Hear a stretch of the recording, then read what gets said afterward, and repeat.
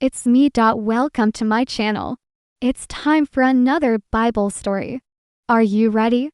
Alright, let's dive right in. This is Tamar. Okay, wait, rewind, pause, rewind again.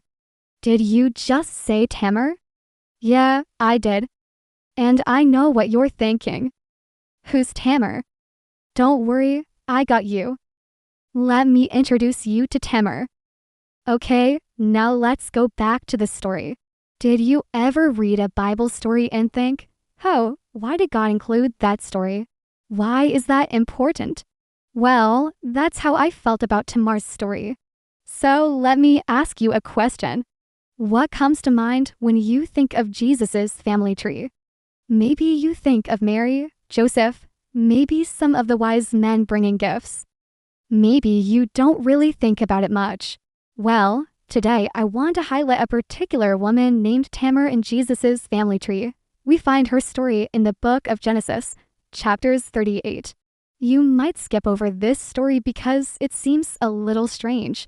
It talks about Tamar dressing like a prostitute and tricking her father-in-law, Judah. Yes, that's in the Bible. But here's the shocking twist. God chose to weave her story into the family tree of Jesus Christ. Scandal, yes. Shame, absolutely. But also redemption. And Tamar's story proves one thing: our God writes straight with crooked lines. Alright? Let's dive into the story. Okay, picture this. You're walking down a dusty ancient road. It's hot, it's tiring, and all you want to do is get home. You see a flock of sheep in the distance. Perfect, you think.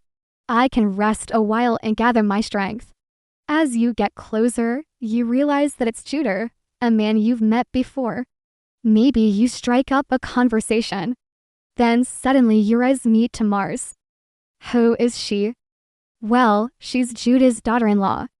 And if you're a Bible scholar, you do know that Judah is one of Jacob's 12 sons, and that Jacob's descendants become the nation of Israel.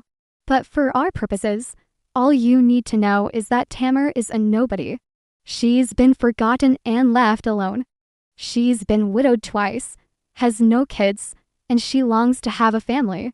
Okay, back to the scene. You notice that Tamar looks sad, so you ask her what's wrong. She tells you about how Judah had promised her to his youngest son, Shelah, but he never keeps his promise. And honestly, it doesn't look like he will. You feel bad for her. You wish you could help, but you don't know how. That's when Tamar reveals her plan. She disguises herself as a prostitute, covers her face with a veil, and waits by the roadside where Judah will pass. When Judah sees her, he thinks she's a harlot. He offers to sleep with her, promising a young goat as payment. As a pledge, she asks for his signet, bracelets, and staff, the symbols of his identity. They sleep together. Tamar conceives.